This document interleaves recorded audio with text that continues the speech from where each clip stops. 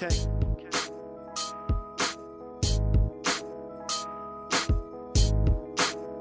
Yeah. I'm on. Yeah, if I'm gone, I'm going in a blaze of glory. Middle finger to the niggas that did nothing for me. Revolutionary suicide, Malcolm X. I ain't tripping off niggas, it's on that stupid shit. I be on that militant mind, that revolution shit. I spit the real, niggas better get used to this. I kill beats and murder whatever booth I'm in. I ain't talking peace, I ain't on that Martin Luther shit. Cause when you black, they bust no matter who you is. What's going on? It's your boy Tay from the Bay. It's the real Tay. You know what I'm saying? We out here with another episode of Power, Powder, and Dollars. You know what I'm saying? Yeah, man, you know, we were kind of having a discussion while we were trying to get everything, prepared, which kind of threw off a little bit what we were planning on talking about. But I think it really just needs to be, kind of discussed. You know what I'm saying? But just to kind of, I guess, touch on what we were talking about earlier, Tay, I was just saying, I honestly just feel like for men and women to really connect on an emotional level, romantically, like when you're talking about love and everything, it's very important, I think, for men to be to have that illogical feeling.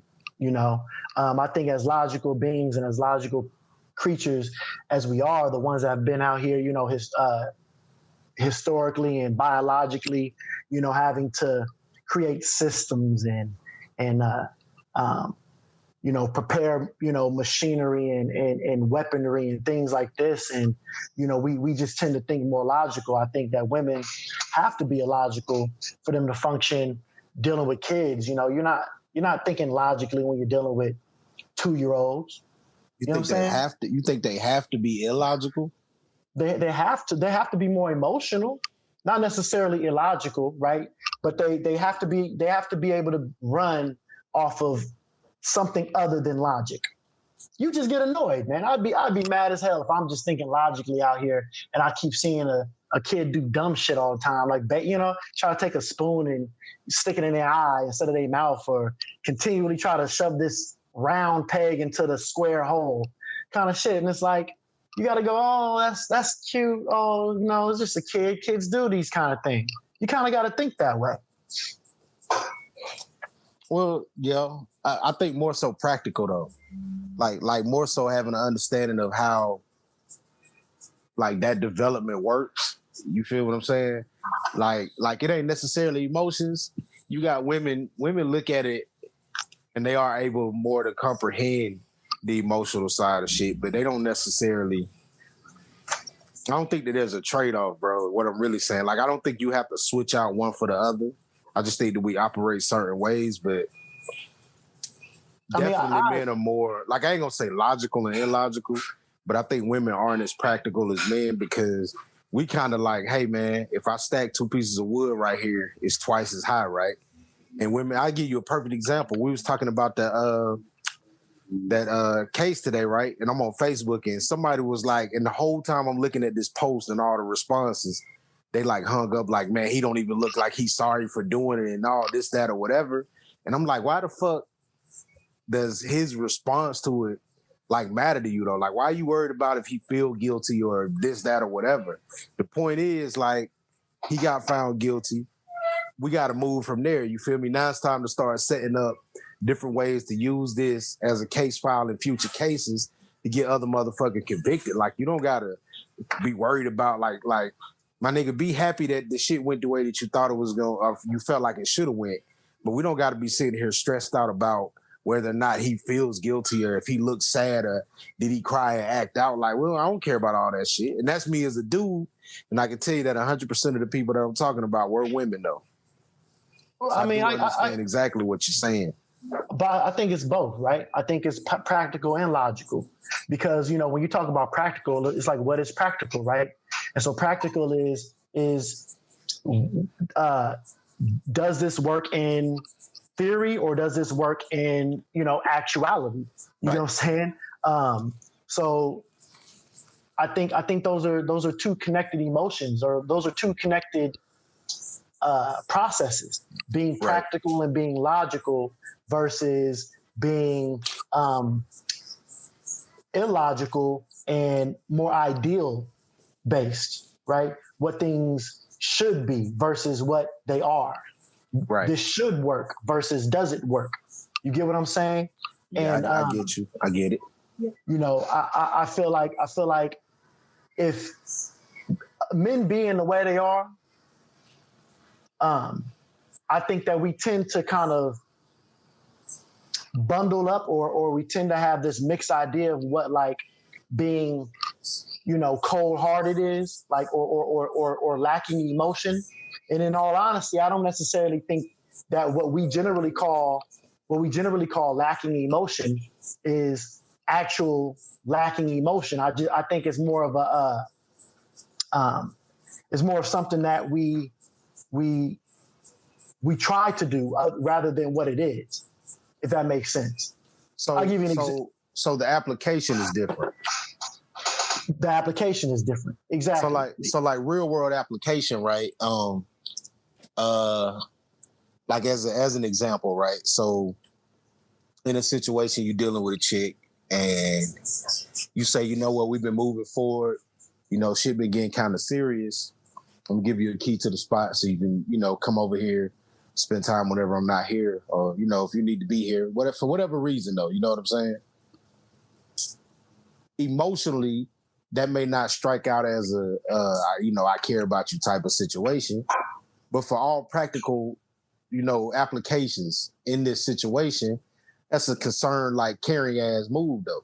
It don't have to be expressed as a fucking love letter or a Hallmark card though. You know what I'm saying? But it could also be just a logical move, right? It could be like, you're here all the time. I'm tired of opening up the door for you every time you come. So, you know, maybe I'm sleeping. You call me, you know, like you can just come in. You feel me? I'm not, you know, I don't got nothing to hide. But so in the event that there's more than one woman in that situation, the one that you care about is who you gonna make that practical move for though. Or the one logically that gives you the least bit of stress and the most peace. Facts. I get it. So you know, I mean, but what I was really saying is kind of like, you know, you'll hear guys say, yeah, I don't care, I'm cold-hearted, and they do something spiteful or malicious, and that's an emotion, right? Like that's not the lack of an emotion. So I think we generally kind of perceive it to be that when somebody says, nah, he really like, he don't care, when he in actuality does. When you really don't care, you don't do anything to spite somebody. You don't do anything, you know, to hurt them. You just separate yourself from that situation and act like it never existed. Right. You don't act out. So we conflate those things. So that's the kind of not caring that I'm talking about, is the true not caring, which is just removing yourself from the situation, or, you know, or not dealing with it, not necessarily even removing yourself. But so what I'm saying is, like, I think it's important for men to have that bit of illogical behavior, because logically, the what you have to be in order to say, I'm going to put this life ahead of mine, I'm going to put this other person ahead of me, this person's needs ahead of mine, I want to take care of this woman, you know, I want to go to work every day and spend this money on her, or do these things for her. You kind of have to be a little bit crazy. I mean, because where does it make sense for men at this? You know what I'm saying? Like, where does it really make sense for men? Well, and so, I think, go ahead. I think what's occurring is that we're removing that from men now, because there's the like the little bit of pros that existed don't exist very much anymore. And that's like we're seeing the fall off of men even trying to be in those positions, because everything outside of that feeling you can get from, like, men can get from women. Everything outside of that feeling you can get from a woman that you want from a woman as a man. Sex, cooking for you, cleaning your house, companionship. going out and being seen with an attractive woman. The outside gratification. What you're speaking of. Right. The more the things that are less emotional based, right? Than just this feeling of love, and they're not really understanding why, and not really, but you just have this feeling for this woman. So once you remove that, we end up in this place where there's no real other reason for us to sit here and just chill with one chick. Well, so that whole thing points to like, so what culture and our society has done though has been like this move to kind of make men more feminine, right? Right. And the quest for making men more feminine is I don't necessarily believe that it's centered around the fact that men aren't as masculine as they used to be, more so than is centered on the fact that we aren't receptive to certain shit the same way that women are receptive to certain shit, right? So for a man to be strong meant that in the past, historically, it meant that you were resistant to certain ideas. You know what I'm saying? Like being emotional or showing how the fuck you felt about shit. But truthfully, you never really lost that. It's just that how it was showed hadn't presented itself the way that a fucking novel would show it. You know what I'm saying? Right. If for a man to say that I'm gonna go to work and spend my money on you or whatever, that's a concern, right? Because no sane man is gonna go to work and make sure he spends his money on you without making sure he spends his money on what the fuck needs to be taken care of first. You know what I'm saying? When a man says he's gonna protect you, if I'm with a woman and somebody pulls a gun out and I step in front of that shit, it's not because there's a shift in my valuation of her life over mine. It's because I feel like I can take that bullet more successfully than she can. You see what I'm saying? It ain't because I'm expecting that I'm gonna step in here and die for this shit. You know what I'm saying? Like there still is a certain level of selfishness that's involved. And it has to be involved because even in order for you to say that you want to be able to be a protector and sacrifice yourself for somebody, there's a certain level of selfishness in that, because what you're doing is you're taking it upon yourself to assume that that's the right thing to do. I'm not saying that, you shouldn't do it or that should be a hindsight. Like, you don't place it on the back burner or whatever, because when you do commit to someone and you do decide to make that type of decision to step in your life with a person, you may take that on as a responsibility, and that's cultural though. You know what I'm saying? Some people step out and do it. That's the way that you were raised and taught to believe in shit, but no one is doing that shit like with the complete thought that the end of anything that I have or hold important is less than what the fuck they got going on. You accept it because culturally you've been taught. You know what I'm saying? You have a woman involved in your life, she's not as capable of certain shit. And you know that you got to be able to do that shit. But you don't necessarily make it a thing where it's like, hey, everything that you've learned, believed, and grown into holds more value over the shit that I've grown and learned to believe. Well, okay, so I get what you're saying. So what you're saying is that it's more duty based than love based, right? But it's practical. You see what I'm saying? Like the whole time I'm just trying to get back to this shit. Like in its essence, it's the same way that we protect our children. You know what I'm saying?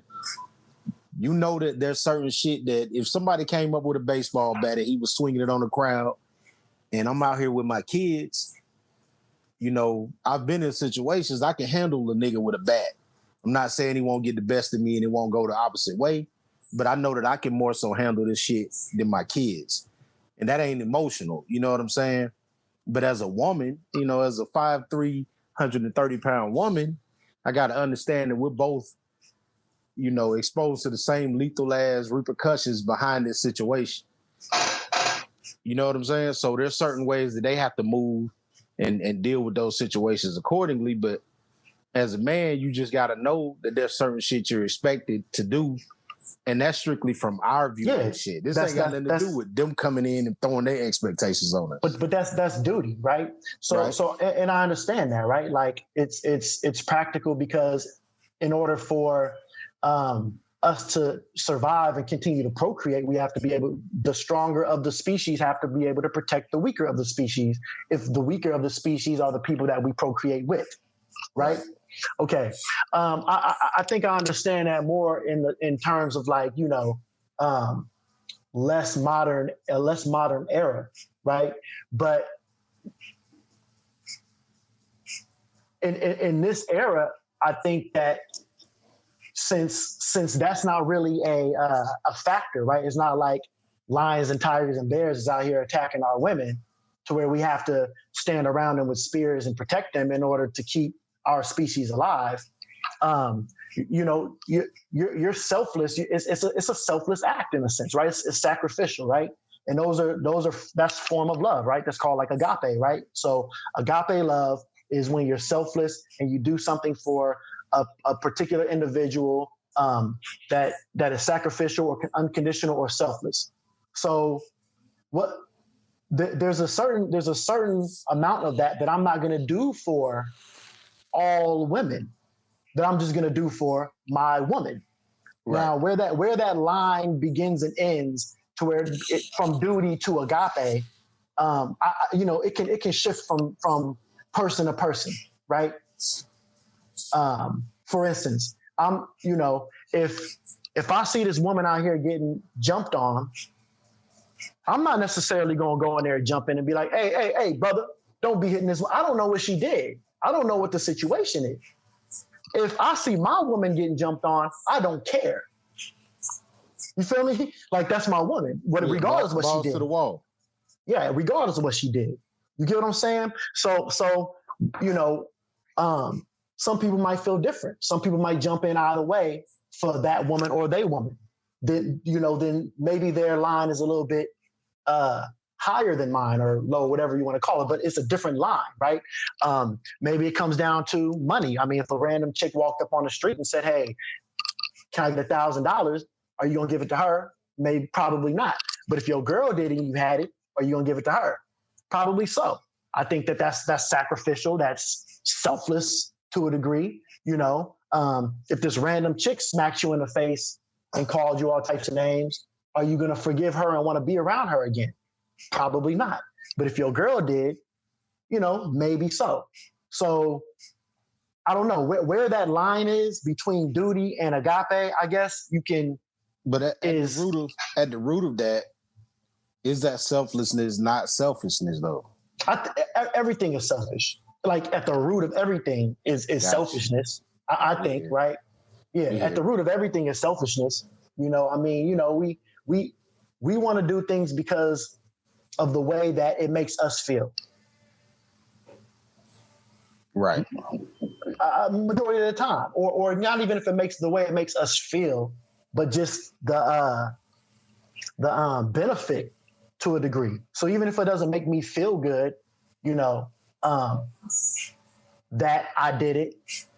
If I don't give my girl that $1,000, I might not like how she treats me after. You know what I'm saying? Like, later on. Like, so I did it because I don't want, you know.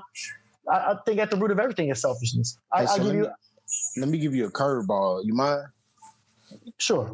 So speaking with somebody the other day, we were talking about this, and it was about a situation with them and their wife, right?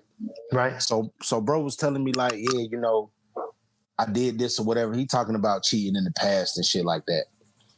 And trying to figure out how to work shit out. But he like, you know, I keep doing this or whatever to try to fix the situation. You know, whole time, what's that little saying? He trying to buy his way back into heaven, though. You know what I'm saying? Right.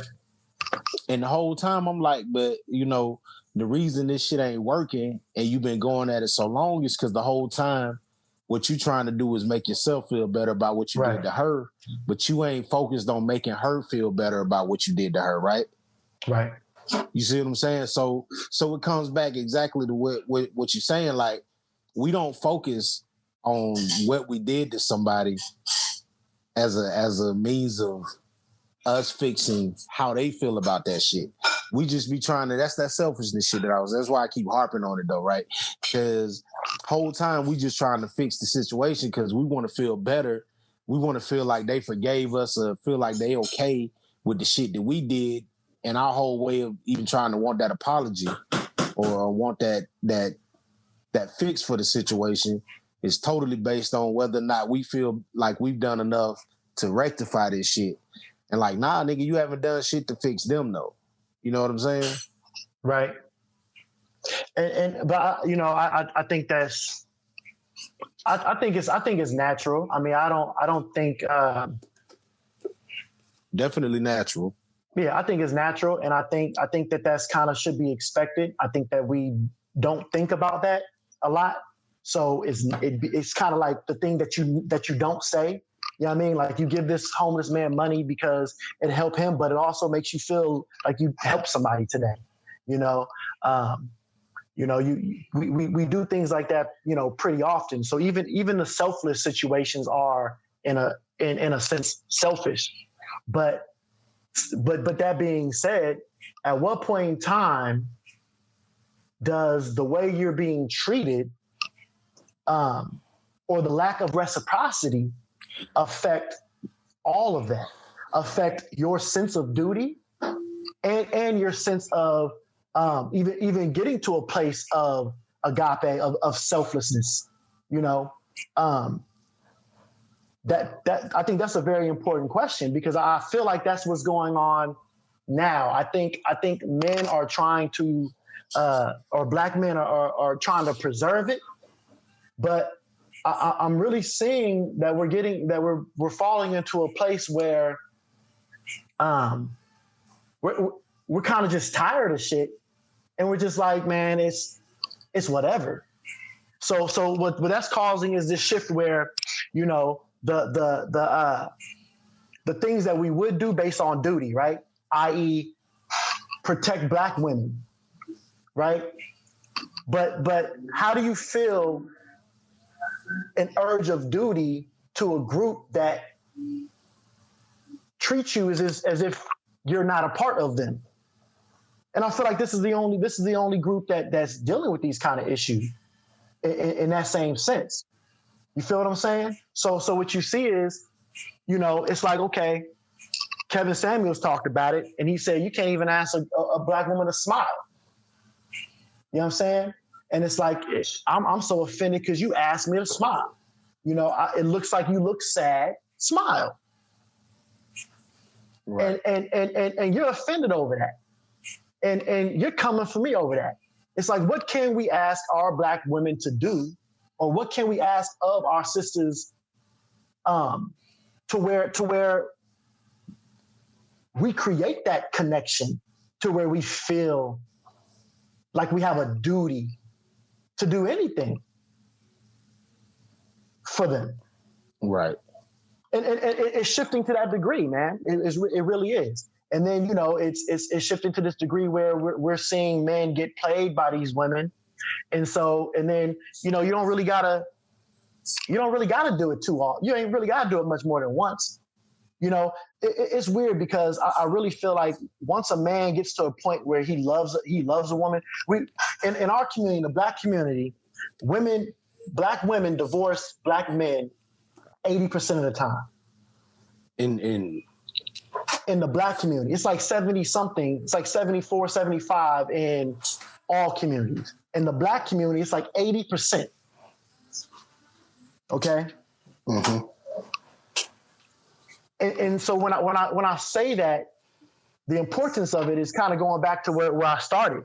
Is like for love to work for a man, they have to have that illogical, selfless, because I care about her feeling.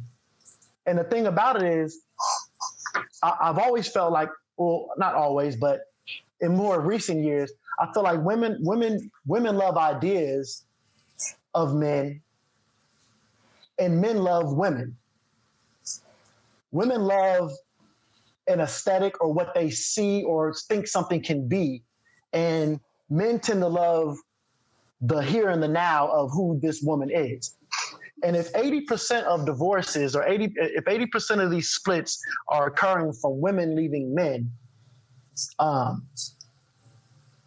I don't know very many men that can say through every era in their life, through every decade, or through every, from middle school to high school to college to adulthood, that they've been in love. Like, I've been in love at all those stages in their life with somebody different. I know tons of women that are just like, they'll be in love now, and then 3 years later it's a new nigga and they're in love. I don't know very many men are like that. And so there's a certain place a man's got to be to where he starts to change his life, change his course when he's been thinking, if he was never even considering marriage, let's say. So he hasn't necessarily been thinking about, per se, making $100,000. Because he's a single male living in his place. He ain't got to make $100,000 a year unless he's trying to, just keep up with Joneses. And so now you come into his space, and now he's switched up his whole dynamic, but you feel like he should have already been there and been thinking about it. You don't take into consideration that you made him think about that now, right? And then spend money on a ring to get in public on a knee to propose to you. Like, I don't think it's really registers where a man really has to be mentally when it comes to, in terms of you, especially where we are economically, right? Most of us aren't, rich people out here to wear that ring that they bought really wasn't much of nothing. You're talking about a lot of money to your average black male. Niggas are financing them rings. But it's still a bill. It still puts them in a debt. They're financing these weddings too. Right. You feel me? And it's putting them in a debt.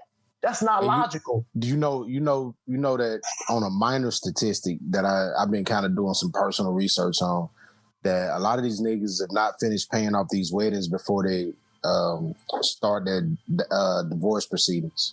Bro, how crazy that is? That's crazy, right? So what I'm saying, this is the point of that is that what we're seeing is a process that I think that is making men more cold. Because once you get to that point where you've loved a woman, and then your heart gets broke as a man, it's very hard to come back from that. You can really care about this chick. You can love another chick. But if that love doesn't touch or surpass the love that you had for the, you know what I'm saying, that last relationship where you got on one knee and proposed and was married, and or it was long term or any of that, it's going to be real easy for that man to say, hey man, I'm feeling like I'm already kind of emotionally drawn back from relationships, and now my mind and my logic is playing firsthand in these situations, and this is a little bit more of an interruption of my peace than I would like. So I bid you farewell. It's getting a lot more easy for men to do that. See, I don't even think that that's a real thing, bro. What do you mean? Like not saying that the information you present is not real, but I don't think that is dudes becoming more cold. I just think it's us getting back to our practical nature. Because the shit that we've been dealing with and the shit that's been inviting us into these fucking relationships is not the way that it used to be. It's not the way it was historically. And we're talking about as recent as just our grandparents, right? Right. These motherfuckers went out here getting married and chasing these situations down because it was some shit that they felt compelled to do from the bottom of their heart. It was the shit that made sense. It was functional. Right. You know what I'm saying? It was the hey, you at this point in your life, I'm at this point. This shit gonna work. Like, motherfuckers weren't getting married because of love. That shit came later, nigga. No, motherfuckers' grandparents was together and shit for all them years because they worked through shit that ain't had nothing to do with love, though. You know what I'm saying? This shit was like, I completely agree. I agree with that. Yeah. I agree with that. You're making sense there. And so, I mean, I guess what we're saying is, I think we're saying the same thing, right? Because what you're saying more practical. I just used the word more cold, in terms of more disconnected from one way of thought, right, which was more emotional based, to being more logical, which is more practical, right? That's why I say, that practicality and logic is kind of connected. Love and ideology, what could be, is more connected to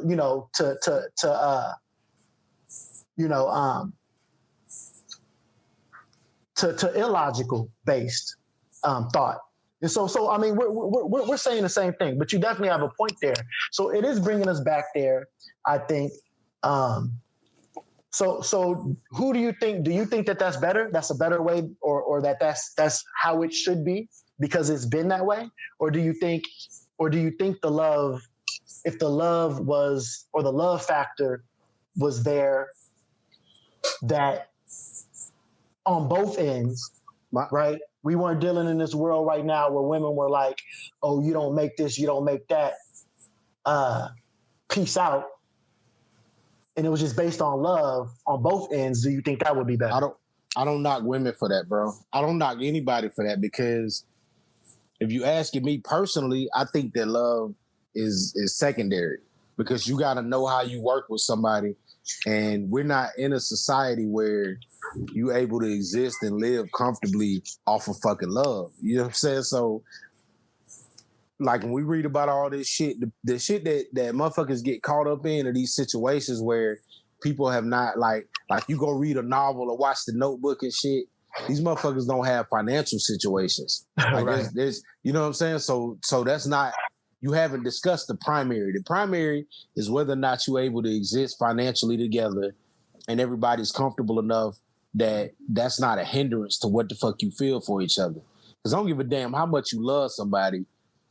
If y'all motherfuckers is trying to figure out where to get something to eat every day, that shit takes a back seat. Right. You know what Which is I'm saying? reason why, that's one of the top reasons for divorce is economics, right? Economics, bro. So I mean, I'm all for hypergamy in a sense, right? I think I'm all for it. If that's the route that a woman wants to go, you know what I'm saying? And so I don't discredit them for it either. Where I discredit them is that if that's where you are, then be that. But see, a lot of women don't even realize they're hypergamous. They don't even realize they're into that shit, right? They'll sit here and treat it like they're into it for love. So you're like, well, I mean, they see where you at and they see where your goals are or what you're trying to be. It's funny because, to bring it back, I'm listening to some of these podcasts where they're talking to these women about would you date a man that makes this amount? And what they attach, they say yes. Some of them say yes. Some of them say no. But a lot of them, what they attach to that is if he has goals to make more, or if he is doing this to be, and it's like, no. He's a teacher that makes $40,000 a year. He's happy being a teacher that makes $40,000 a year. He doesn't have any other, he's not looking to make more money. He's comfortable. He's doing okay. Or would you marry that guy? You feel what I'm saying? And so the fact that you got to dig like that, because a lot of them will marry that man because they have an ideology in their head that even though he's never said this, that he can be better or he can be greater than this. But so you think she's married? Wait, you think she's marrying you for love, but she's marrying you for what she thinks or what she sees an ideal or what she thinks it could be. Because you stay. That's why I have the problem with it, bro. But that same scenario, so that scenario is like, it's one-sided as fuck, right? Because what these motherfuckers is not asking is how much turmoil and problems are you gonna cause his fucking life by introducing yourself into it. Like, bro, not having issues, you feel me? At 40, if he got a little spot and he kicking it and he vibing, like, how much are you gonna come in and require over that 40 that this nigga's gonna be stressed out about it if you're not contributing your share to this shit? Because a lot of women that had those conversations, and they won't say it publicly, you know what I'm saying? You gotta have these conversations on some pillow talk type shit, but they don't believe that they should be contributing to those situations. They believe that their contributions should be second, third, or fourth along the lines of actually being like a requirement, because they don't think that they should be putting into this shit. There's been a group of niggas out here like your Derek Jacksons and shit. They'll tell you that, you know, a woman shouldn't have to contribute to do any of this shit because her shit should be on the back end. Like, yeah, baby, you pay for vacations, blah, blah, blah, whatever. Like unrealistic shit. Not shit that you deal with when you got kids or when you're in the real world where fucking the cost of living is expanding so fast that everybody's playing catch up. Even the motherfuckers that we think really, really got it. You feel me? The bills and everything that they've accrued thus far have also increased, and they slick living the same way that we live it. Like if you put yourself into a point in life where it was comfortable for you to have $10,000 a month in expenses, like now that $10,000 a month in expenses is leaving you literally with the same shit that a motherfucker with $1,200 a month in expenses is having. You feel me? So everybody is getting hit unless you in that 1%. You feel me? You got to be out of the game to really not be fucking with what we're talking about. You know what I'm saying? But yeah. So I mean, so what you're saying is that, yeah, it's bringing us back to the way that things used to be, where we disconnected love from the relationship because it was all about, what made economic sense, so on and so forth. But are we? If we're disconnecting that, or if we're going back to that way, but the rest of the world isn't connecting with that, is that working for anybody? I'm not saying it's not working for us, right? But is that working for progression of Black people? I mean, let me give you. I'll give you an example why it's not working, because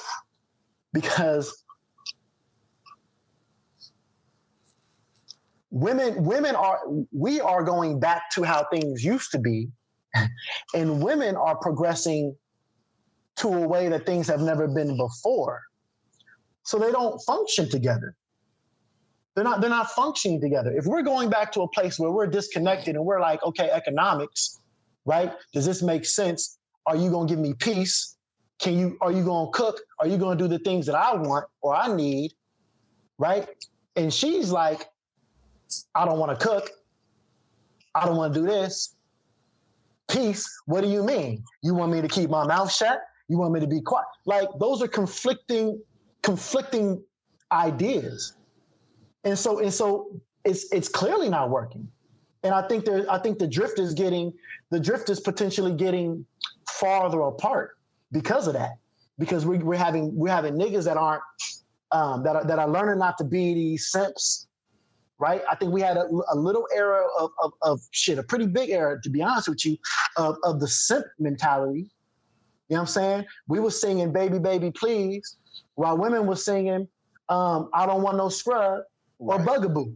Right? So and then what was going on at that time? The spread and the drift of the black household. So now we're hearing men talking about their money and this, that, and the other, and how they want a woman that do this and do that. And then we got Cardi B, who's I don't cook, I don't clean. So there's clearly a disconnect here that's going on. And I'm just seeing it through, But that disconnect ain't fairly like being shown to us though, right? Because nigga, we don't got grandparents and great grandparents. We don't got granddads and great granddads who weren't able to cook. That's just when they fucking roll. You see what I'm saying? Like as shit evolved, they evolved too. You feel me? So there was a point in time where maybe they didn't do this shit, but these niggas wasn't like fucking independent. I mean, dependent on their woman being involved in their life. That was just how the fucking roles played out, and that's how we got these gender roles that we roll by today that people have so many issues with. Right. You feel me? And I don't necessarily condone them. You feel me? Like I'm not like hey, you need to stay home, because honestly, bro, I have no desire to be. I mean, I don't care if I was like making $12 million a year. You feel me? I don't want a wife that's sitting at home not doing shit. You know what I'm saying? Like as Well, I long as I mean, gotta she go wouldn't fucking work. necessarily be not doing shit, right? I mean, Like she's taking care of the kids. She's got the house clean. nah, I'm not. If you I'm not come rolling home, with that shit. why I'm not not? rolling with that shit at all.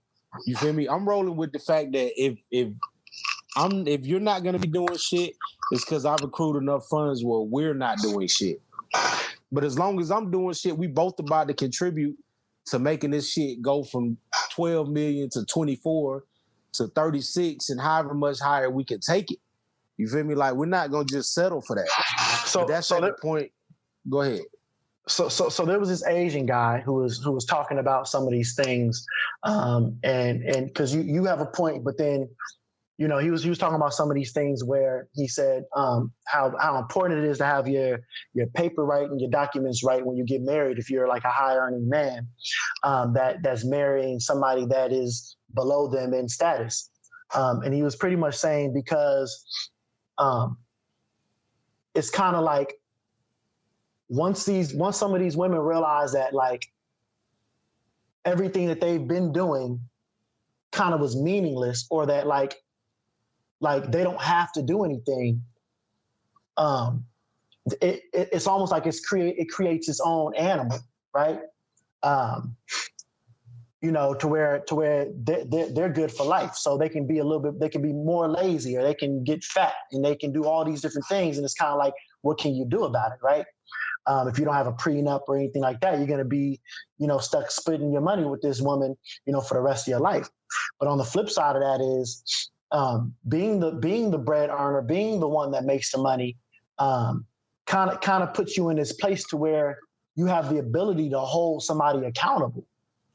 And I feel that, right? Because as the man, as the one who should be the leader, as the one who should be the decision maker, not saying that you don't listen to your woman if she has a good idea. That's just being hard-headed, right? But okay, I heard your idea. I'm considering it, but the end decision is going to be the one I make. I think that's important to have, is that ability to make somebody take accountability even when they don't want to. There has to be a leader in these situations. There has to be a captain. What we've discovered here in Oakland at one point in time when I was growing up was that, we had a big drug dealer named Felix Mitchell, and he ran Oakland. He ran a lot of the Bay Area, down like San Jose and beyond. When he got locked up and there was no leader, everybody wanted to be a boss and everybody wanted to be a leader. And it fucked the game up. The murder rates went up. Everything got chaotic. Niggas was killing each other because nobody wanted to listen to nobody. Right. We can't have growth that way. So we have to recognize that somebody has to lead. But the thing about it is that I think that when women go out here and they make money, they don't make money. They make money selfishly. There's not a woman out here alive, and I'm saying that because maybe there's one. Okay, when I say things, what I'm saying. I don't mean everybody, right? Right. But majority of these women out here ain't coming out here saying, "Yo, I want this 6-figure job so I can support and raise a man and a kid, and I can get a man what he wants." Right. They go out and they get 6-figure jobs so they can look good for their status, so they can go buy bags and they can go do the things that they want to do, right? Men go out here and get 6-figure jobs to support families, to raise families.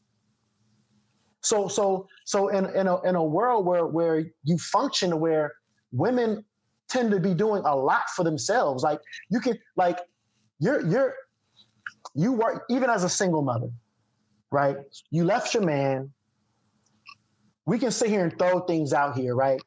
That are unrealistic, right? Because these men be cheating and so on and so forth. When the numbers tell you that women cheat or have cheated as much as men. Right. Not as many times, but this woman's cheated and this man's cheated. He may have cheated 5 times. She may only cheated once, but she's cheated, right? The 2 top reasons for divorce are finance and infidelity, right? So when you say finance and infidelity, and those are interchangeable, and then you say that men and women cheat about the same, then we can't sit here logically and say that all these women are leaving these men because the man cheated. It doesn't make sense, right? So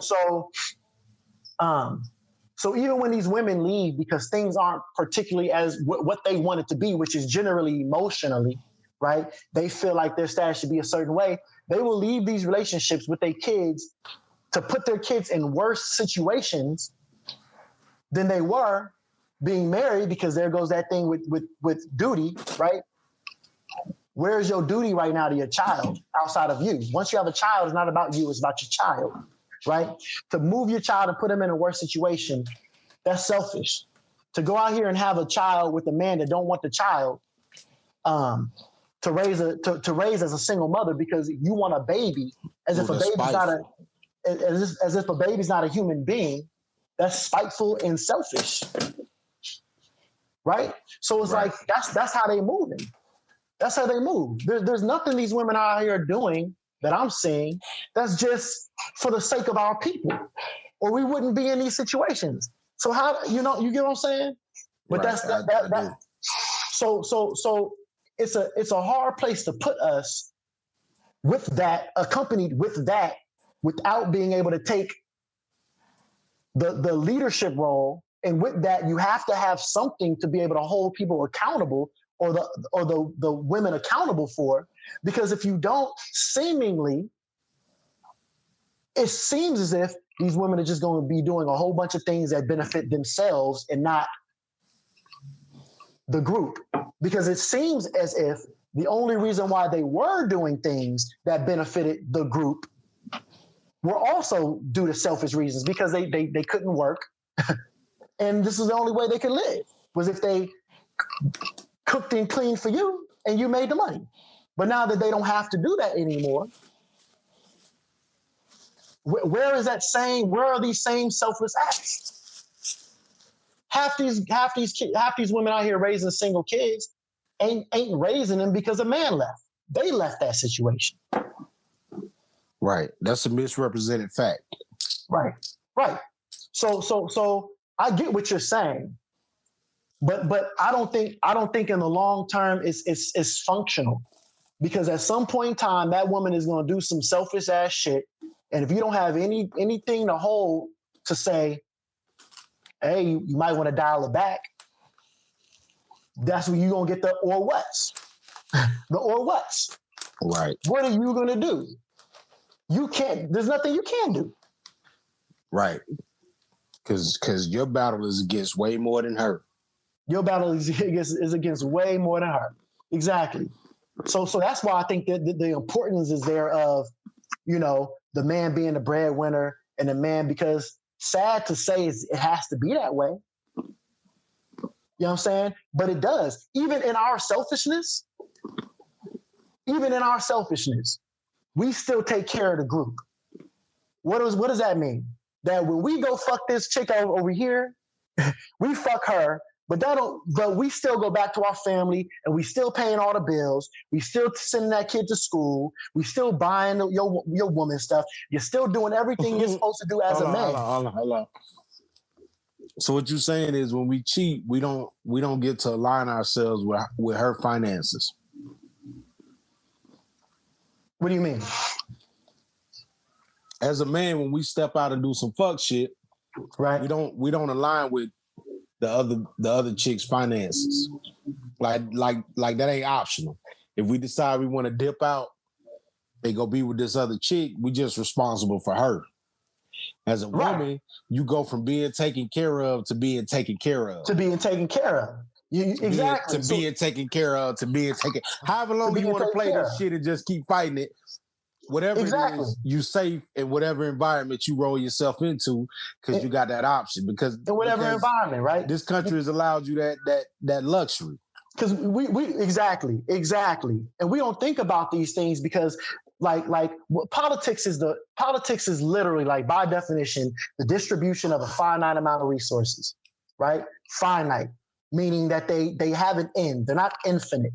Right. So once you place women into the work field, in the workforce, right, you're and there are more women in our community, at the very least, than men.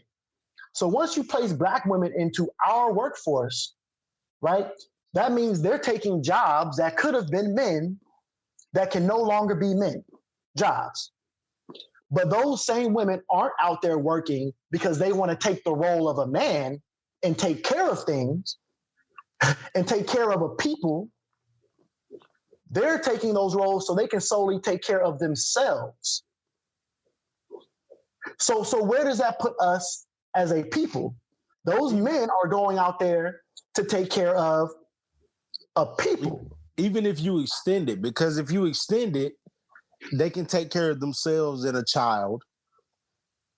Even if they leave your situation, they can find a man willing to take care of them while they take care of themselves and the child. As a man, you take care of them and that child, and when you decide to leave, you got a whole nother motherfucker to take care of. And then you still got to take care of them and that child. Yeah. You feel what I'm saying? Man, it's we all know that shit is uneven. So I get in ideology, which is that whole thing, but in practicality, like functionality, we see what worked and we see what's not working. You feel what I'm saying? And so I mean, if we can align women to have this to see the reality, right, and take accountability for the fact that they've never had to have taken accountability for anything, and see that and switch things up, then cool. Like, then that could work. That might work for some women out here, right? And you see the selfishness, because you talk about, if you go to a woman and talk about women, they will run it back to themselves. It becomes subjective about them. I'm not that way. This doesn't happen because it didn't happen to me. It's like, we're not talking about you. You can say, man, women, and they'll say, me? They so worried about them. And so what ends up happening is, if we could dial it back and we could get on the same page where, we're going to have to do some things just out of duty, regardless of who's running the show, deal, that could work. But it hasn't been working. It's not working now. So I just don't see it as a blueprint for stability. It might work individual to individual on a micro level, but if it's working on a micro level, barely, on a macro level, it's not. You feel me? It's not working at all, and it's not working right now. White people can have everything that they have because they women still understand who they belong to, whose women they are, who's running the world, who to talk back to and who not to talk back to. They stepped out of it. They're not in the workforce like that because the men are still making money. We talk about how more educated black women aren't more educated. Black women are more enrolled. But another thing that black women are is more in debt, because majority of black women aren't going and graduating they're not graduating with high earning degrees. They're not going to graduate school and getting doctorates on a higher level, more than they were, but not on a grandioso level, right? They're getting certificates. That's what they're getting. They're getting. Are they higher than black men? Yes. Yes, but this is the thing. Yes, black women are graduating from college at higher levels than black men are. But they're going into more debt. So then that's a kind of a misnomer as well. A misnomer as well, because we'll sit here and say that this black woman is dating down when she's in hundreds of thousands of dollars of debt, right? And he makes less money, but he's not in any debt.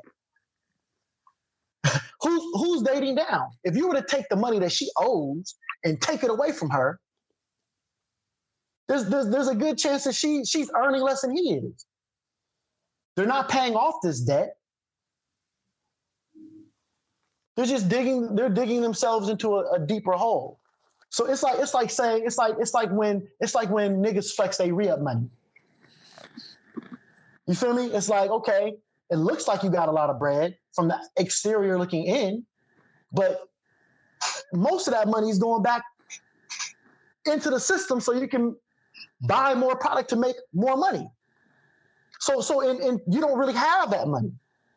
That's not, you feel me? That's not like that. That's kind of in the system. So that's what I'm saying in terms of Black women. Black women are the most in debt. Black women graduate from college in all this debt, and then majority of them are working retail. They were the greatest affected by the whole COVID thing and the COVID layoffs. So now they have all this college debt, and are for the most part unemployed, or a lot of them are unemployed. So nothing's being fixed here. You feel me? If women wanted to brag about being independent,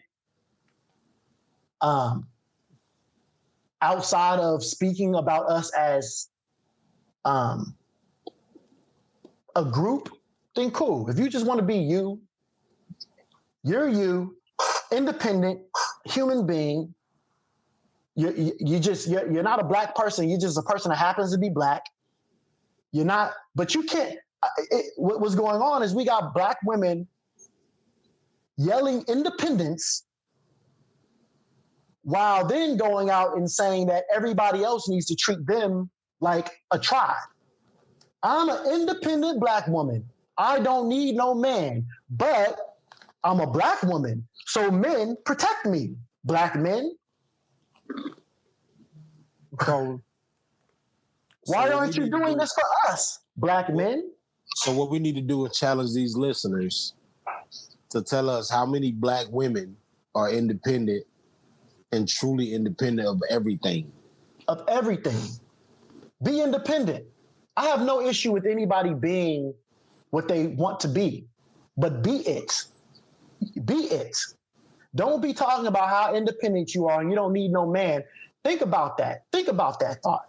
Think about understanding that there are more employed Black women out here than Black men. Think about the fact that there are more imprisoned Black men than women in the whole world of any race. Think about the murder rates of Black men by Black men in the community raised by single mothers, 75% of them, and the police. And then think about how selfish you have to be, or disconnected you have to be, to then say, I'm an independent Black woman. Black women are independent though. Imagine if Black men had all the jobs and then didn't do what we used to do, which was marry Black women, which according to them is dating down. Right? So imagine that. Imagine we got all the jobs in our community. They're being murdered, killed, right? And then we're not dating down. We're not marrying them. Where we would be societally. That's what's going on in reverse. Black women have all the jobs. Then they're saying, why don't you have a good paying job? After the fact that we have more going against us than just dealing with these relationships in this world. Yeah, and then you brag about being an independent Black woman. You're an independent woman. You're not tribal. We're not a people. We're not a group until it benefits you. Mm-hmm. That's selfish. So it could work. It could work if that wasn't the mentality, but it is. So there's no way, currently it's gonna work. We got kids out here. We got people out here. This whole situation with the 7-year-old girl that got killed at McDonald's, right? Right. The 7-year-old girl that got killed at McDonald's. I just watched a video of a fair one. 2 dudes shooting a fair one. And one dude get knocked on the ground. He pull out a gun and shoot this dude. Right? We got this kid who got punked by this white man in his neighborhood. All right, so I got an issue with that one though. With that last one? When bro got knocked down and he pulled the pistol out and started dumping on bro. Uh-huh. I'm gonna tell you, bro, and I'm gonna tell you this shit. And I mean, you know me. You know what I'm saying? The same way that I know you. You feel me? I don't think you know bitch ass nigga. I don't know how you might actually fully, you feel me, feel about me internally, bro. But I ain't really no bitch ass nigga. But I can tell you. He said, I don't know how you feel about me internally. Now I'm gonna tell you, bro. Like right now, there's 1, 2, 3, 4. There's probably 5 weapons in this house with me, right? Right. And I'm gonna tell you, if I spend money on those weapons, those are to protect me. If a nigga hit me and knocked me the fuck down, I didn't spend money on those weapons to not pull that motherfucker out. I would have shot at that nigga too. Because what I don't know is when that nigga did hit me and my head hit the ground and maybe it knocked me out, I don't know where he was gonna stop. There's cases, I mean, we both know this shit. Like we work in medical shit, right? You know Right. that sometimes a nigga might jump on you and keep hitting you, kicking you in the head or banging your shit on the concrete. Bro could have died about that shit though. You know what I'm saying? So I don't necessarily think bro was weak for that shit. You feel me? I think that maybe the situation could have played out a different way. We could do the same thing. I'm not taking an L though. I'm not taking an L where I gotta die for this shit, and I know that I have something to protect me for it. We can do the same thing, right? So we can, you know, in the comments, what's your opinion about that? You know, what's your opinion about that? Do you think, you know, because you're making a point. You feel me? I don't disagree with your point. You know what I'm saying? There's a lot of things that can happen. You know, we act as if every fight ends up with somebody getting up. You know what I mean? We know that you can get in a fight, hit the ground the wrong way, you know, be paralyzed, die. Or that's just your last fight. I'm not gonna die. But I promise you, I promise you, man. And I hate to say shit like this because there's motherfuckers that'll hear this that know me though. You know what I'm saying? But my biggest fear, like my daughter be texting me and shit every day. We be talking, and we'll FaceTime or some shit. And that's how I communicate because she's the oldest. She got her phone or whatever. But my biggest fear is knowing that I ain't gonna be able to answer that FaceTime, bruh, because something happened to me, and it happened to me while I was armed and able to prevent it. You feel me? Like if a nigga pull up and he like, hey, my nigga, I'm about to beat your ass, and I gotta die about this shit, and I'm able to protect myself, bro, that's a fear for me. You know what I'm saying? Like why am I spending money on weapons? Or why am I making sure that I'm able to use my weapons if I'm gonna just fucking take an L and die in the streets by the hands of a nigga though? I mean, but you know, we've been out together, you know what I'm saying? And that's why I know, you know what I'm saying? I know you ain't no, you ain't no sucker or nothing like that. And we've been out together in situations where you know, like oh boy, the one time we went out to that one little spot not far from your crib, and that dude who was watching the parking lot felt like there was too much of us and he wanted to pull his gun. You know what I'm saying? When you was just like, nigga, what's up? Right? Like let's all be honest. I mean, that's not our first thought in these situations, pulling our gun out. Unless you feel like why? Unless you're weak as fuck. If you're weak as fuck, that's your first thought. Exactly. Right?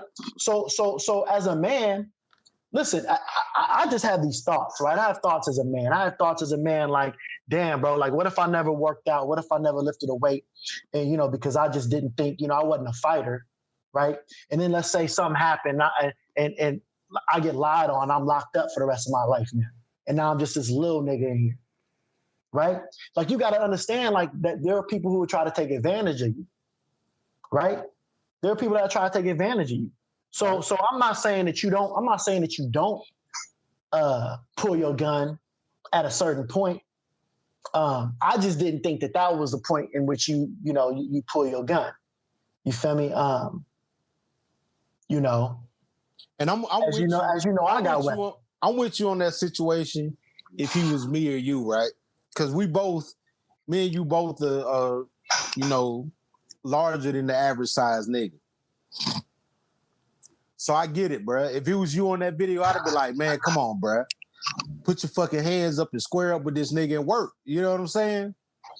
That was like a little 5'6", 5'7" nigga. whatever though. But the fact is, he squared up. You feel me? He didn't go for that gun at first. You know what I'm saying? He got into that fight initially. He just got his ass hit. And bro was about to take, he was on the losing end of a battle, and he made a fucking call, bro. I'm not gonna knock it. Now, granted, I will tell you, bro, as for me as myself, because I was still conscious and able to fucking defend myself, and bro didn't really like rush me, I'd have got the fuck up and kept squaring up with bro. You know what I'm saying? That's me though. As that nigga though, I don't knock that shit. Pull your fucking gun, because bro was bigger, and bro obviously had more hands and was getting ready to put that nigga to sleep again. So here's something I don't knock, right? I don't knock situations where I see, per se, right? I don't knock situations where I see, dude losing a fight, or, a situation where he's getting jumped and he pulls a gun. If you're getting jumped, it's unfair. That's a great equalizer right there, right? I also don't necessarily think that it's wrong that if you're in a situation and somebody's getting the best of you, pull that shit, fire in the air. If that nigga ain't got no gun on him, you just pulled your shit. You see him back up, and you let off. I mean, but how much credit we got to give to that knowledge though? Because bro that hit him didn't know he couldn't have known he had a gun on him, or he wouldn't even been in that situation. In that situation, right? You feel me? But like if I know you don't have a gun, we gonna fight. And if you punch me and I fall and you don't keep hitting me, I'm gonna get up and keep fighting. But my nigga, I don't know if you got a gun the same way you don't know that I got one. Yeah, I just don't feel like that thought would have came to my head as rapidly as I feel like it came to bros. You feel me? And I mean, I'm not that afraid to take that L. Like you said, get hit, base blah, get up off the ground and come back at it. You know what I'm saying? I think that there was a lot of room in between that before you feel like your life is in danger, from what I saw in that video. And again, we're only going by a video, right? Like, I mean, but the fight start, and it depends on where the fuck you came from. You know what I'm saying? Like so you being a Bay Area nigga, you feel me? And me being, I'm not even an Atlanta nigga. You feel me? I'm from South Georgia, Valdosta, Georgia. You feel me? Like our jumps, nigga was fighting. Like wasn't no weapons. Niggas didn't carry knives. Niggas didn't carry guns or whatever. Like you pretty much knew that even if 20 niggas came out here to jump you, they gonna come in here probably kick you in your stomach like 5 times when you fall, bruh. Somebody might sneak one old weird ass punch to your face, but you don't die from this shit. Like we didn't grow up with niggas dying from violence. We didn't grow up with niggas getting killed. You feel me? We had like regular standard ass fights.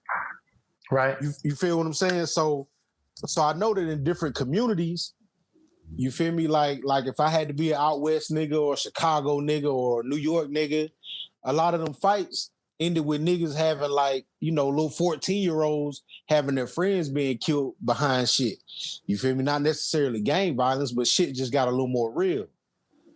You feel me? But I can't necessarily tell you that I'd approach the situation the same way that you would.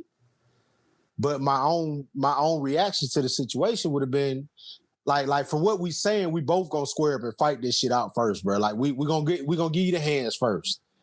You know what I'm saying? And it's not gonna go to where it goes until it has to, per what we believe is where the fuck it has to. You feel me? Where you feel like it has to go that route, probably gonna be a little more, it might require a little more than what it requires for me. You know what I'm saying? But we both got different knowledges about how shit goes though. You know what I'm saying? So if this is the course, because I mean, I don't know. I feel like I remain like I abstain from purposely putting myself in positions to where I have to react, a certain way. Right. You know what I'm saying? And I think that comes with a little bit of emotional maturity and a little knowledge of self. Because I don't particularly care how everybody around me thinks of me. You feel me? Or if I look this way or if I look that way. I care about how I look to me, meaning I judge me based upon how I would judge somebody else if it wasn't me. You get what I'm saying? Right. But how do we grow from that and get to a point where because what's occurring in these situations is where is the line, right? Where is the line of, you know, of from that to this little 7-year-old getting shot at McDonald's drive-thru, right? Like maybe a situation occurred. They ain't, they got a gun for a reason, right? Just like you said, they fire off. We all watch Snowfall. Maybe not. Have you watched Snowfall this season? Hell yeah. I ain't watched the last one though. Right, so right. Don't put no shit out there. Right. But we know what happened to the little girl, right? Oh yeah. You know what I'm saying? What we call this? I'm about to say some stuff about Snowfall. So if you haven't watched Snowfall, never mind. But anyway, we all know. If y'all ain't at that episode, then you don't watch Snowfall. You don't watch Snowfall, right? Yeah. So old boy shot into the car, right? The car right next to him. Honestly, in that situation, I don't see what else he could have done but got killed himself. Nothing, right? Bro. The only person in that situation where I was like, damn, bro, shouldn't have died was the fucking man pushing the little truck on the sidewalk. Right. So my question here is well, I mean, I don't think the little girl should have died, but she shouldn't have. But I expect anybody in the car to die though. In the car to die, and you don't know the little girl in the car, and I don't, and a lot of these situations where these little kids is getting shot, it appears to be that, right? It appears to be that, a kid is with their father, and their father's into some bullshit, and some niggas is after the father, and the daughters or the sons or the little kids are they get it on the back end. Low key bystanders though. Innocent as fuck. Have nothing to do with this situation. So how do we get to a point where I don't feel like I'm gonna get shot, so I don't have to shoot nobody else? Or how do we get to a point where we don't have to be this way to each other in our communities, to where we feel like we are a life or death threat? I might get my ass beat, but when I hit the ground, you feel me? That's the end of it. It's like it used to be. You feel me? The same way we pointed that shit to CIA, nigga, the streets is flooded though. Like honestly, bro, if somebody rolls up on me, you feel me? I don't care where I'm at.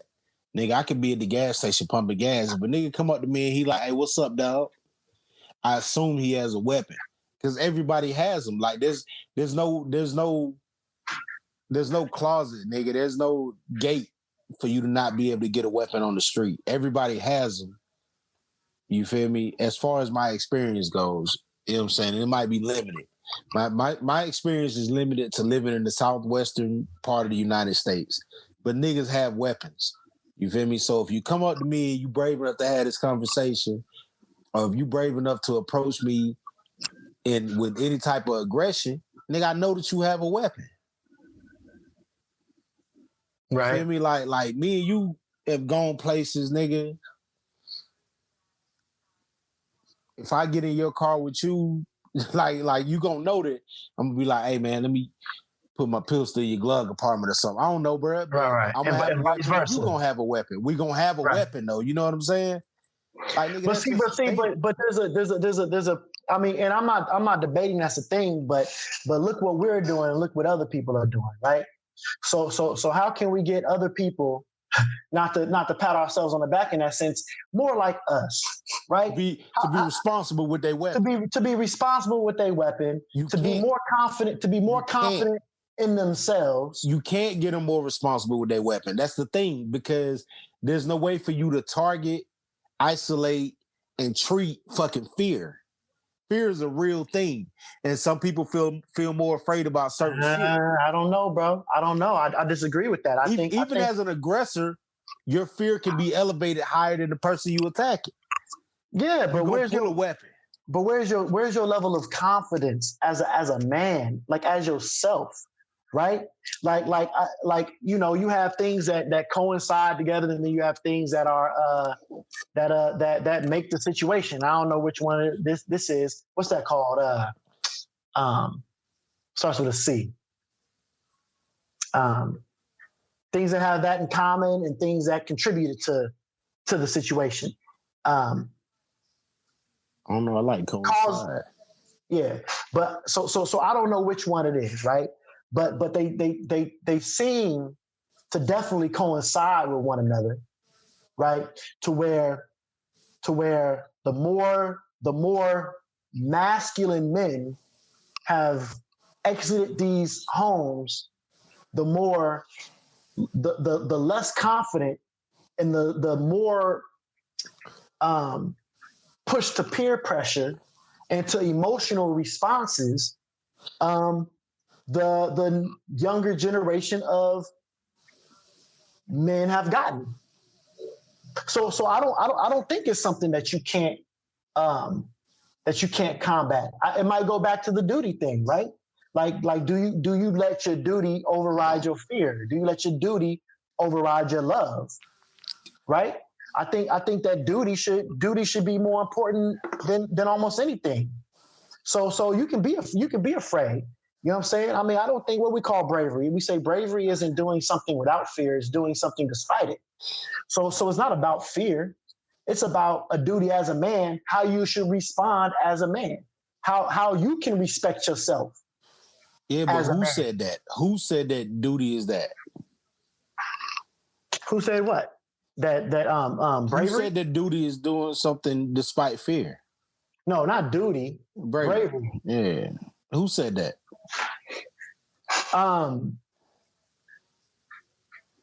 Because don't get me wrong. I don't know who exactly said it, right? Yeah, I don't know who exactly wrong. Right. I'm saying that who said it though, right? Because there's different layers of this shit, right? Life is a whole ass onion, bro. You got outer peels that's exposed to a lot of shit. That's our inner community though, nigga. That's the niggas who know this shit though, right? Because nigga, I have confrontations. I ain't gonna say confrontations. I have conversations with motherfuckers that I work with every day, and they're like, "Yeah, man, you know, this motherfucker freaking out because somebody shot a gun, blah blah blah, whatever." And I'm like, "Shit, I ain't even from the roughest part of this country, nigga, but I'm not alarmed by gunshots. You feel me? I've heard them. I know them. You know what I'm saying? But I know that if me and you ain't got no issue, and ain't nobody in my direct vicinity got an issue, the gunshots is not it's not a thing where I'm about to be like, oh shit, let me lay down and freak the fuck out. You feel me? I got time. I can figure my life out right now, right? But there's some people that hear a gunshot, nigga, and that's the end of their life right now. Until they figure out that they didn't die from this shit, though. You know what I'm saying? Right. So everybody comes from a different situation. Everybody has a different opportunity to fucking learn and figure out, and their experience is different. Yeah, yes, but their experiences are more different because we are less communal. When you were more communal, your experiences coincided with your neighbor a lot more than they do now. You know what I'm saying? And so you know, I mean, I think it's all. Listen, we always talk about how we all different. We all different. I think the issue is that we too much the same, and we don't even realize how similar we are. And when you can't become different until you realize your similarities. There's a movie out here. I want to say it's called like Oblivion, with damn, what's his name? Tom Cruise, right? And Tom Cruise in this movie Oblivion, it's an old movie too. So if I'm fucking up anybody, then you wasn't meant to see the movie anyway. All right. So Tom Cruise lives on Earth in this tower way up in the air because like Earth, nobody lives on Earth no more. Everybody lives in a space station, but there are like monsters on Earth. And his job is to repair these machines that kill these monsters. And he wakes up happy with his partner every day and goes fixes these machines, right? But little do they know that the space station where humans live, there ain't no humans. It's a big ass machine itself. Right. And they're pretty much all the humans that exist still live on Earth, and he's fixing machines that are killing humans. All right. Now, he tries to bypass it, right? Until he runs into himself, right? So he's been getting cloned and cloned and cloned and cloned for who knows how long. There's a whole bunch of clones of him in that space station. So when he dies, they send another one down, and he wakes up like it's just a new day. Doesn't even realize he died, right? And so the only time that he can change the way that he's doing things is when he realizes that he's a clone and he's been doing the same thing every day for shit, who knows how long, right? So until you realize that you're doing the same thing, you can't change what you're doing. There's all these rappers out here and all these people out here talking about how different they are, while they all wearing the same shoes, wearing the same kind of ice, wearing the same kind of this, rapping in the same cadence with the same hairstyle, talking about how different they are. You got all these female rappers rapping about sex, rapping about shaking ass, wearing what they wearing, looking how they looking, talking about how different they are. Looking exactly the same. Everybody, you go to a club and you see 8 people wearing the same Jordans. That, like, it's talking about, hey, I'm a different breed. You'll never meet nobody like me. And it's like you're a carbon copy, and you don't even see it. You have to see it first until you can go, you know what? I am doing like everything the same as these other motherfuckers. Let me be different. Lil Uzi got the little piercing in the middle of his forehead, like that discounts all the other piercings that everybody else get on their face. It's a piercing in your face. You're the same, bro. You're the same. What would have made you different is if you didn't have no piercings or something like that, like in your field, in your face. So all that just to say, man, like I think we all have different versions of the same experiences, and we take them differently. And then we say, yo, but that ain't me. But at some point in time, it used to be. At some point in time, we reacted a lot more similarly, and some of these other cultures do that are more communal, react a lot more similarly to certain things than we are now. And there's a reason for that, and it doesn't have to do with us just being different. Oh man, we different people. We all different. It's our brains function about the same. That's why things like psychology and color theory and visual hierarchy, that's why things like that can work, right? Because we function practically the same, right? So it's what we're being introduced to that's causing these variances and the way that we're being introduced to it. And there's no base that is being upheld upon this is the way you're supposed to act. We can do it with snitching, right? Oh no, you snitch. Oh no, so now we have an idea of, oh, you a sucker if you snitch. But we can't do it with other things. You can't be a sucker if you pull out a gun and shoot a motherfucker. You can't be now we gotta have this, oh, it's subjective. How does snitching work though, bro? Let's segue into that shit. Listen, how I grew up, if you was involved in street shit and you're going up for a bid and then you go tell on another nigga that's involved in street shit, you was a snitch. When I was growing up, you had civilians and then you had street niggas. You wasn't a snitch if you was a civilian. If you went and told the police on somebody, you wasn't a snitch. Now it seems as if it just relays to everybody. If you don't even got to go tell the authorities, bro. You can just say something online or something like, oh man, you a snitch. Same thing with haters. Like everybody that does something that you don't like is a hater. And it's like, bro, because I can tell you, bro, if my neighbor told a motherfucker who shot me, dog, you're not a snitch. Right. If you was with the motherfucker that shot me, then yeah, you are a snitch. Then you a snitch. If your ass ain't facing no fucking criminal retribution, nigga, behind your actions, you not a snitch. Right. So a lot of this shit's going on, like, you know, since we kind of segued into that, is because we have these played out or unrealistic standards of people. These weird ass rules. These weird ass rules. You feel what I'm saying? To where you'll have somebody that just saw this little girl get shot and they'll know exactly who shot her, and they not even a street motherfucker, and they won't tell nobody.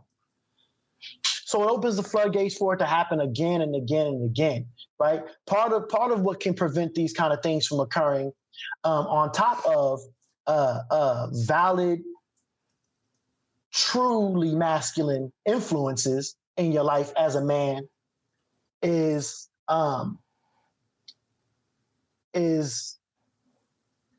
consequences. The consequences of your actions. If we made those standards, the same standards we got for snitching for people who shoot little girls, then there would be a lot less little girl shooting. You're right. on this planet, bro, or in our communities. So how do we argue our ability to police ourselves when we still haven't dismantled these weirdo ass rules that we got in our community? How do we police ourselves in a community that believes that telling on somebody doing something horrible in your community is worse than the person that did something horrible in your community? You think that the whole rhetoric behind snitching is like really holding that? Yeah. Because if they do it, they're not doing it openly. You know what I'm saying? They're being a rat. They're being a rat. They're being put on paperwork, and then they're telling in the cut. Nobody's standing up boisterously, bro, and saying, bro, I saw that shit, and I'm gonna tell them, bro, because that's fucked up. It was Taekwon down off of 8th Street. Nobody's doing that. Nobody's doing that. So until it's you feel me, spoken about just as boisterously as, oh nigga, you a snitch, that nigga's a snitch.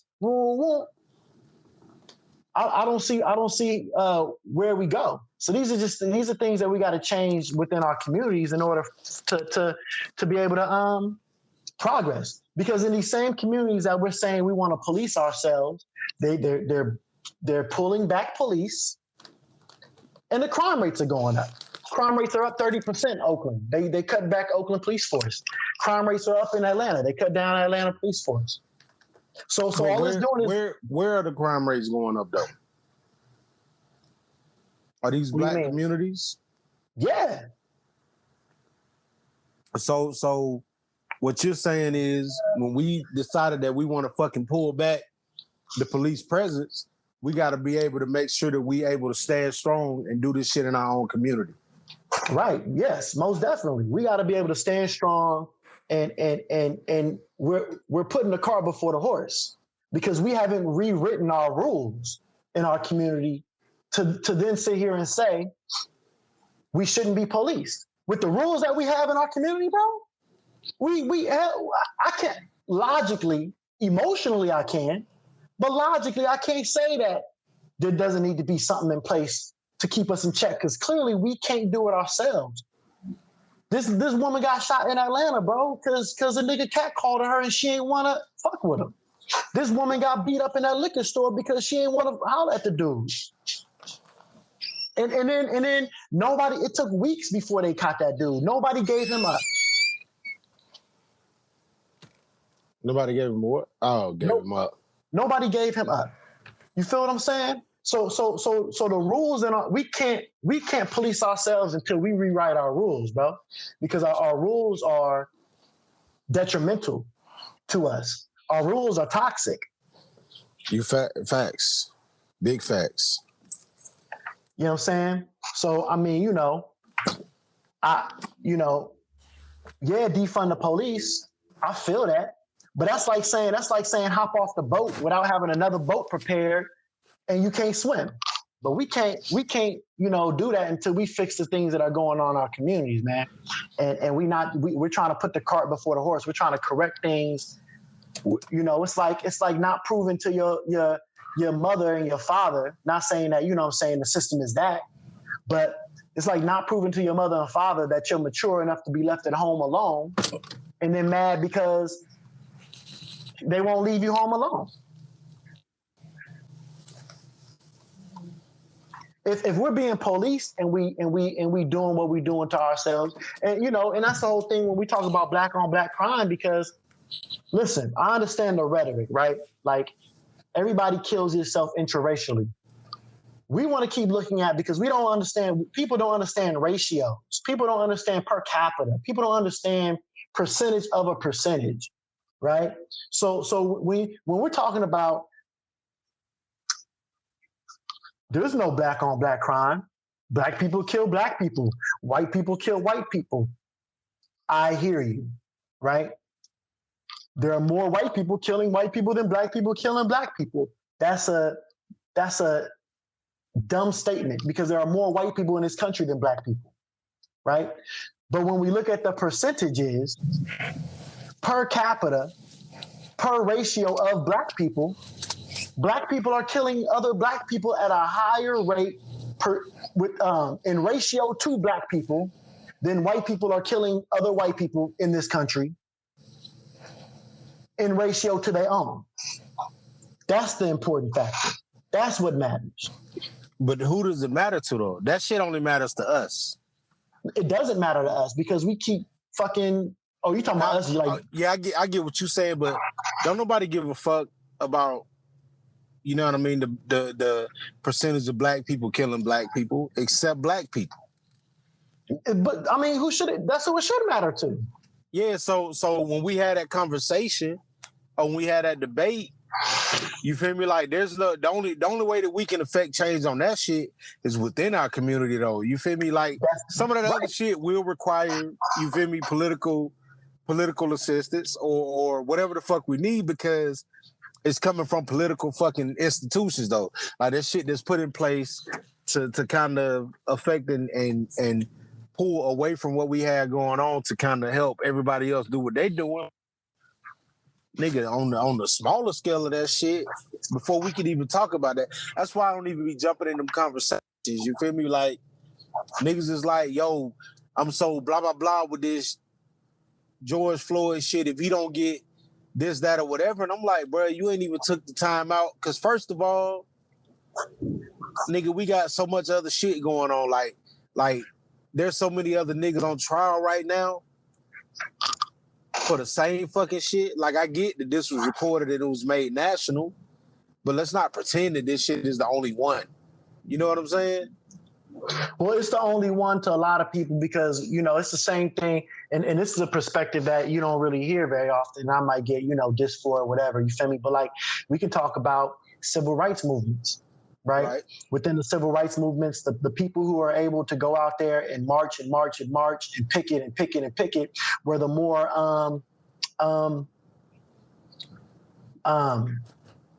privileged of us.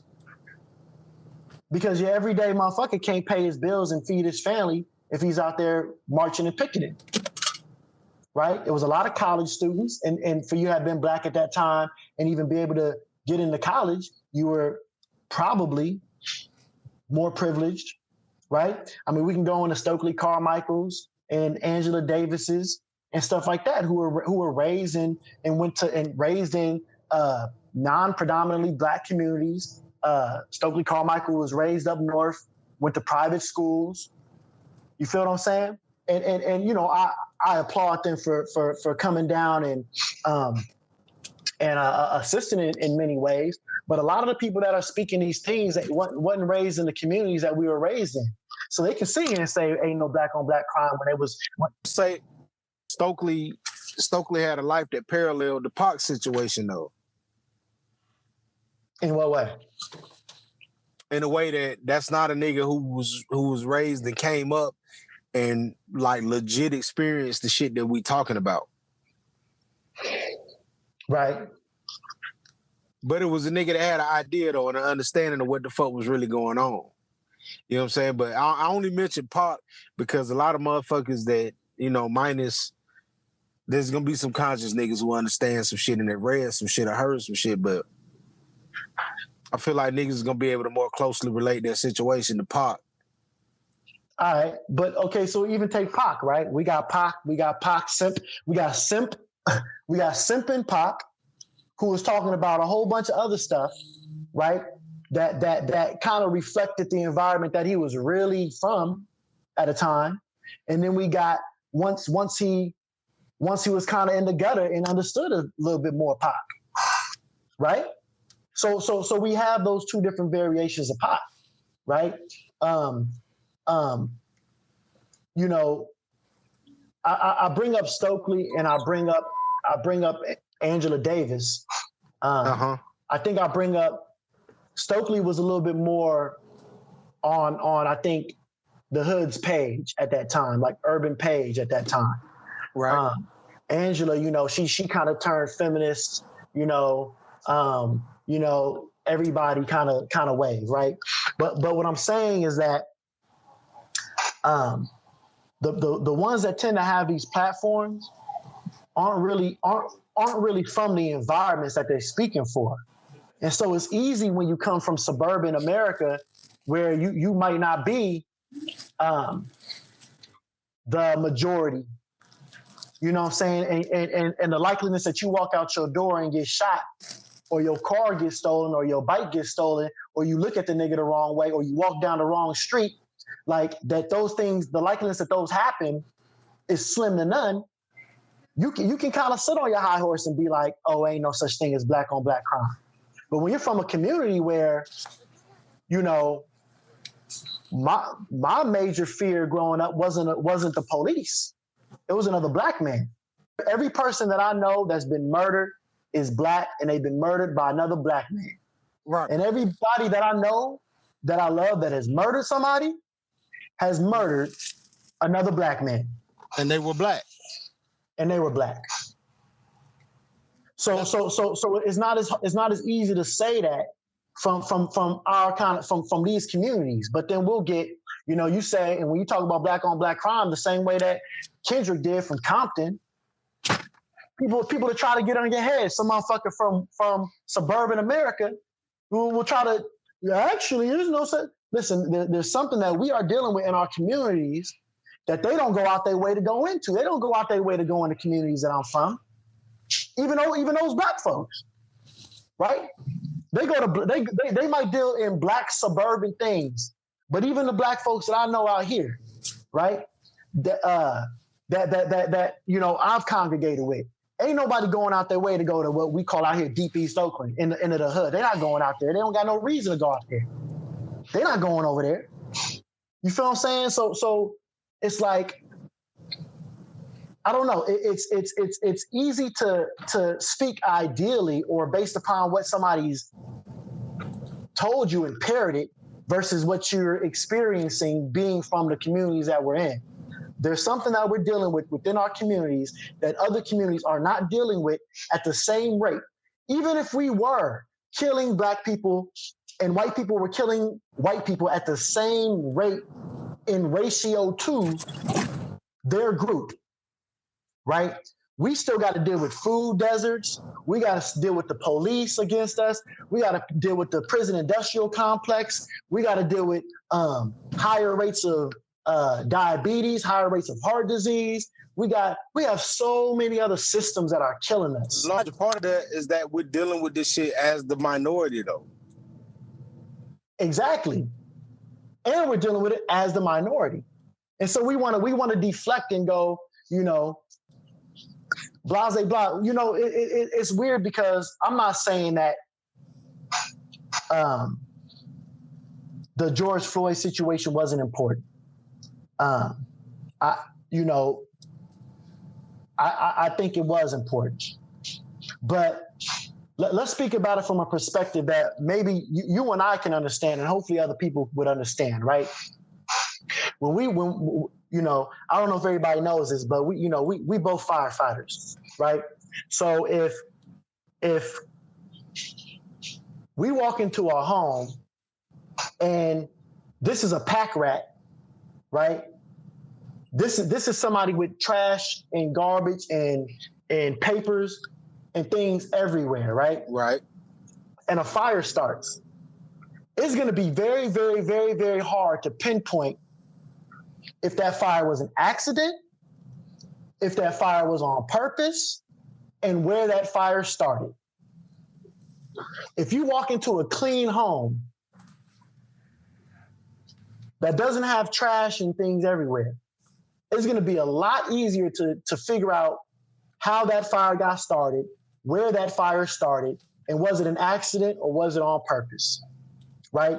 Jordan Peterson, it's a white dude, he says, before we start worrying about everything else, we have to clean our own room. That means we can't get life in order. We can't get other things in order if we can't get our own selves in order. Now take that out to a people, Black people, right?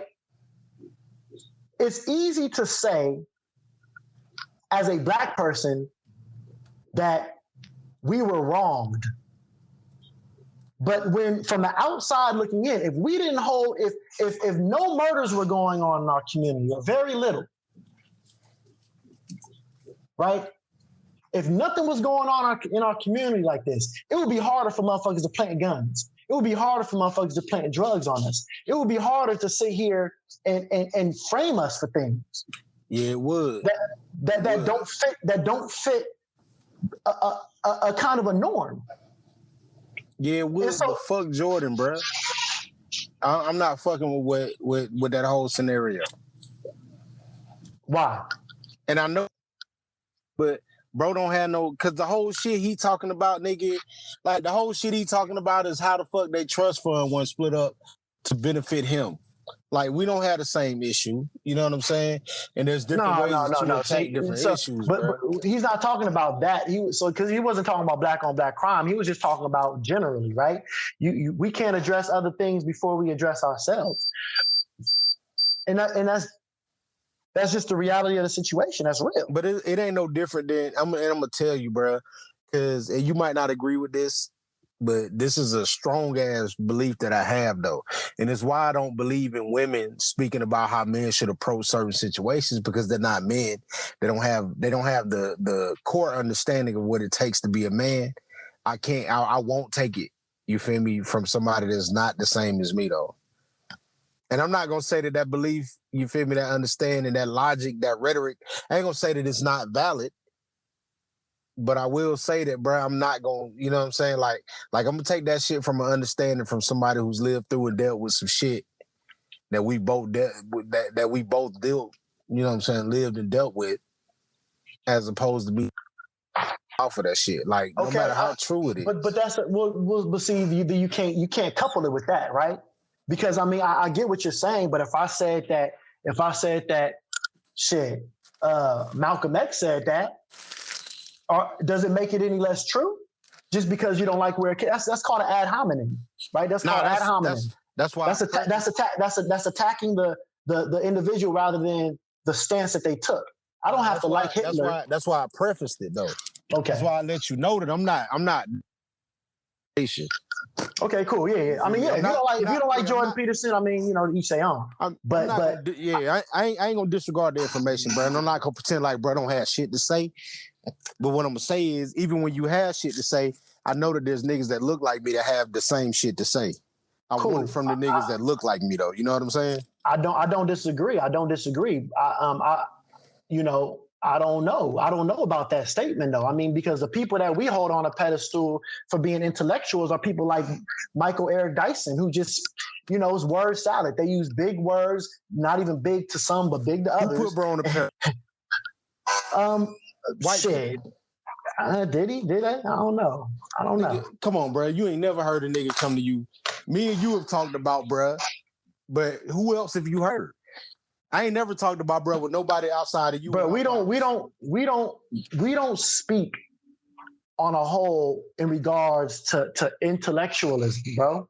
We speak about spirituality. We speak about feelings, emotions as a people, bro. That's what we speak about. Give me relevant. That's what's relevant to how we exist. because that's what the fuck has been required for us to be able to exist, survive, and die for a fucking world that hasn't accepted and taken our place to be anything more than us fucking working for them.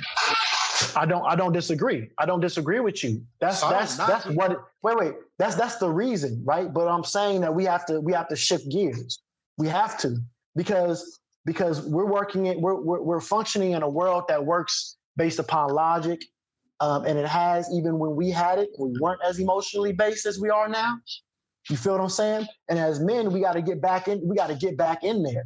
We got to be able to separate ourselves. I've argued with men, with kids, about putting on your own mask, your own air mask before you put on your child's. And they'll sit here and argue, nah, I'm gonna put my kids on first. And then I'll explain it to them in a logical way, right? If you put on yours first and your kids passes out, you can take your mask and put it on your kids. And then you can protect your child. And 9 times out of 10, your kid is gonna wake right back up. If you put your kid's mask on first, and then you pass out, your kid can't protect you. Even in that instance, bro, I'm giving you that, right? And I promise you, I'm gonna give you that every time, right? But I'm gonna give it to you because of your knowledge, though, because that logic is learned logic. You feel me? But everybody don't know that shit. You know? But you explain it when somebody explains something to you, and you bypass. Right. Receptive, and they like, yo, fuck you. You don't know what you're talking about, and you a nigga that know this shit. Then granted, bro, I gotta look at bro like, nigga, you bro. He just let you know what's going on. But that's what we see. That's what's going on in our communities. Right. Like we don't have. I'm just being honest with you. And if you can think of them, let me know, because it's something that really bothers me. Right. We don't have Sam Harris's. Everybody don't know who a Sam Harris is, but these are philosophers. These are intellectuals. We might have had them in Egypt at a point in time, but we don't have these people who stand on this base of intellectualism, logic, and philosophy. We don't have Jordan Peterson's. We don't have shit. We don't even have people as simple as a fucking like a Steven Crowder, right? Yeah. We can't water down, bro. No, you know what I mean, like because he's a watered down logical individual, right? Like that's a low bar. That's not a high bar. The other people I'm talking about, you're talking about people who really understand the depths of the creation and extent of philosophy, right? We're talking about, I don't know, Steven Crowder, like go check him out. But tell me if you can sit down with him in many situations and I'll argue him. Not you particularly, but your regular individual. We don't even know how to have logical discussions and arguments. We can't pinpoint what isn't logical as a people. I've brought up logical fallacies to people and they were like, oh, what's that? And then I show it to them and they're like, whoa, like that's a whole new realm for them. So you've been having conversations trying to make sense to people and don't even know what makes sense is. Literally. You're absolutely right? Correct. You are correct. And this is us as a whole. So we have to be able to get to a point within ourselves before we can expect the world to treat us differently. Just being honest. Right. I mean, think about it in any other aspect, right? We might say what's right or what's wrong. If I got stuff all over my floor, right? And then you see me step all over it, right? You might just be a better person than other people, and you might step around it. But a lot of people, I don't know if it's the majority or the minority, but a lot of people will see all this shit on your floor and watch you walk over it and say, you know what, I guess this shit don't matter. And he don't care about it. And then they're going to walk over it too.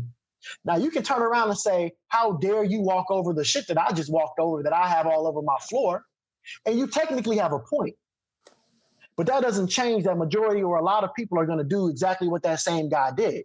So if you want to create change, you show that you hold this thing to a certain esteem. You gotta affect that change. You have to affect that change. So if I have a certain thing in my house that you see me shine and you see me grab gently, and I say, go take a look at it, the likeliness that the next individual grabs it that same way with that same esteem is going to be a lot higher than me sitting here acting like this shit is indestructible. And then they're going to come over and they're going to treat it the same way. And then what I look like going, whoa, whoa, whoa, whoa, whoa. Treat that delicately. They're going to be like, nigga, you just threw it in the air and spit on it and slammed it on the ground. I thought that was cool. You feel what I'm saying? So that's what the whole clean your own room thing means. Because we can argue a lot of shit that makes sense, even if it does make sense, right? Because one of the logical fallacies is, I want to say it's like e tu quo. I might be wrong, but it's like, well, because no, I think it is wrong, but it's a logical fallacy that's like, because you did it too. But because he did it, that doesn't make it right or true. Et tu quoi?